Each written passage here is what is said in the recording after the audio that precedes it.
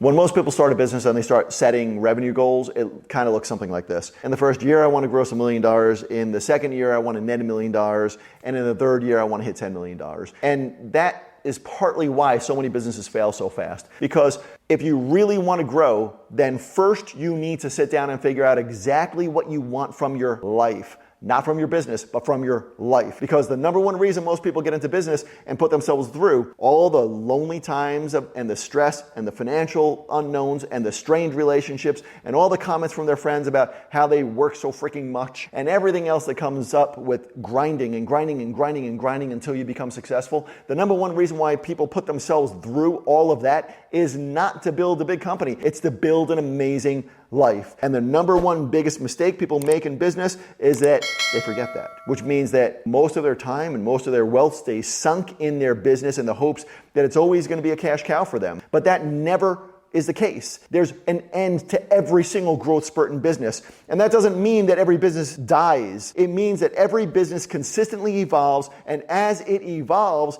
it requires more of your time and more of your money in order to support that growth, which prevents you from taking money out of it to fund the life that you really deserve. So wherever you are in business right now, whether you're just getting started or your company's already doing 10 or $100 million or more, whatever it is, you need to reevaluate your end target. And that end target needs to be for your life as well as for your business, because your business needs to be a tool to get you what you want in life. Most entrepreneurs get that backwards, and they become slaves to constantly keeping their business in growth mode instead of keeping their life in growth mode and using their business to fund their life. And this is true even if your goal is to build a legacy company that lives on for generations or changes the world or saves a nation. It doesn't make a difference. If your business is not funding your life, then you're going to be making decisions based on survival, because your business is doing great, but your life sucks. And nothing grows when you're in survival mode. So most entrepreneurs give up time with their family, or they give up time exercising to stay healthy, or they give up vacations to keep them creative and focused, or they give up something else that they're really passionate about that would make them feel, and I really want you to think about this next word,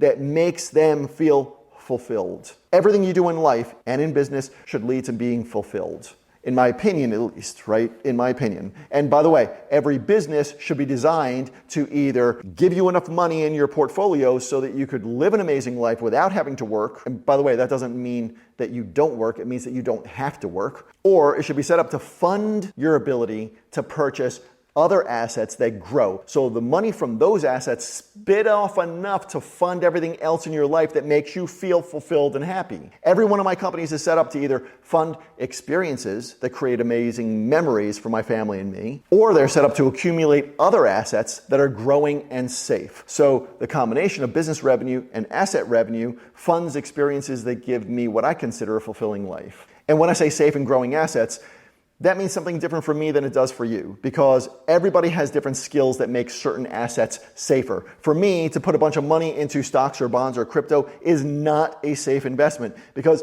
I don't know anything about those things. A very small percentage of my portfolio is in those kinds of things, and that's gambling for me. But investing in companies, on the other hand, where I could maybe have input on helping them grow, that's a much safer investment for me, because that's my skill set. I know how to grow brands. You have to figure out what your skill set is, and that's what makes an investment safer than just kind of throwing your money at whatever your neighbor says you should be investing in. So businesses are simply vehicles to give you the lifestyle that you want. And I promise you, the moment you restructure your time and your focus and your business around funding the lifestyle you want, growth will become much easier. You'll attract far better people for your team, and you'll feel far more fulfilled because you'll actually see a more exciting future every year, if not every quarter and every single month, because your business will be growing your personal wealth automatically.